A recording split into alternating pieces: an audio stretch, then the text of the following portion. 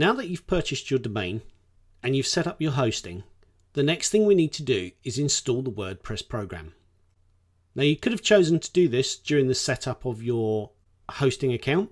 However, if you haven't chosen to do that, you're probably looking at a screen that looks a little something like this. What we need to do is install WordPress from scratch. Now this is easier than you actually think it is.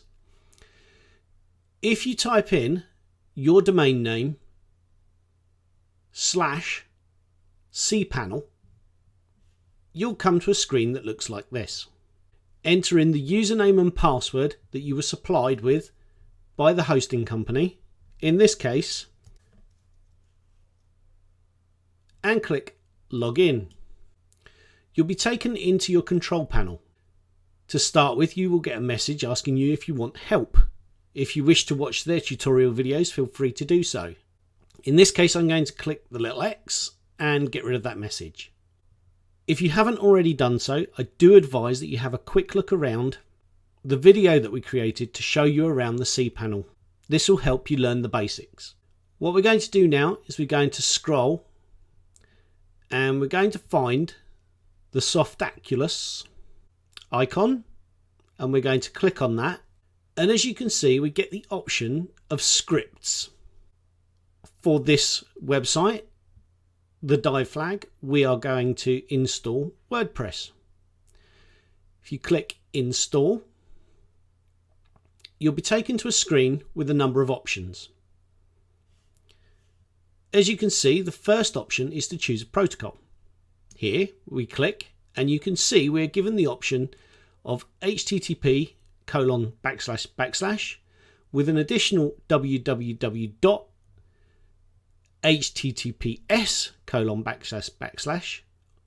and that again with the additional www. The HTTPS offers what is known as a security certificate. If you do not have one of these installed on your domain, then please choose http:// If you don't know what this is, also choose http:// This will install WordPress onto http://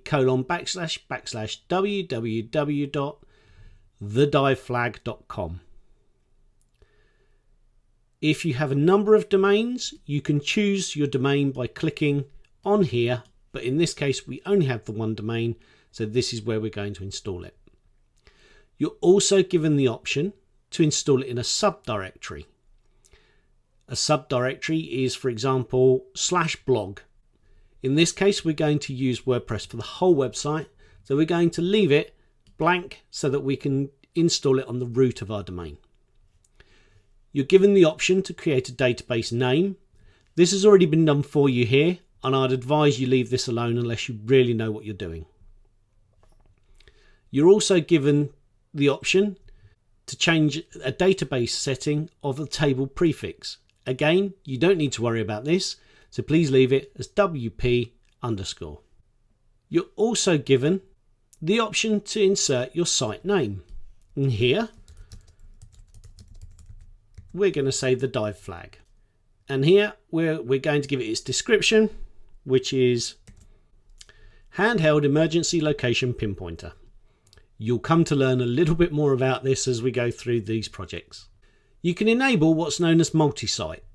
This allows you to have numerous WordPress websites running through one installation of WordPress.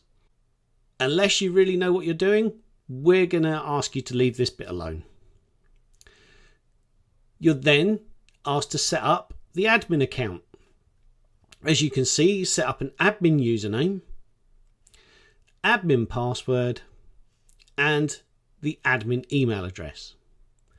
You can also see that this here gives you a strong, medium, and very strong and excellent grading on your passwords. The admin username, you can create your own. You don't have to go with what's suggested here, but we advise that you steer clear of admin. In this case, I'm going to change the admin username to Steve because That's my name, and I'm going to change this to a password that will change the moment I've installed it. You get the option to choose the language that you wish to install WordPress in. Unless you speak any of these fluently, I would suggest staying with English. There is the option to install a plugin which will limit the amount of times that people can log in to attempt to log in to the website. I advise that you leave this on because it will stop people trying to hack your website and logging in more than 3 times. You have advanced options here where you can disable update notifications, auto upgrade WordPress plugins, auto upgrade WordPress themes. You can set for automated backups, and you can set your backup rotation. Now with backups, we would suggest doing once a week and overwrite every 4th backup. Don't disable update notifications. You will need to know. We don't suggest that you auto upgrade your plugins or themes because if changes are made to your website, this can overwrite them. So please leave these alone.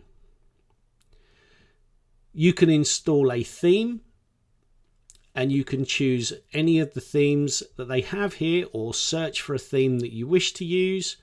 In this case, we're going to let WordPress install its own basic theme and we're going to click on the install button. As you can see, the server is going off and it is installing WordPress for us. And that has now installed. You can see we've got the congratulations message. WordPress has been successfully installed at thediveflag.com.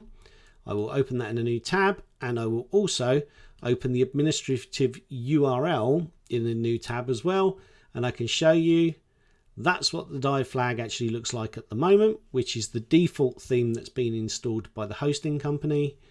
And we've also got the login area on the other link. That's how easy it is to install WordPress and get your website moving.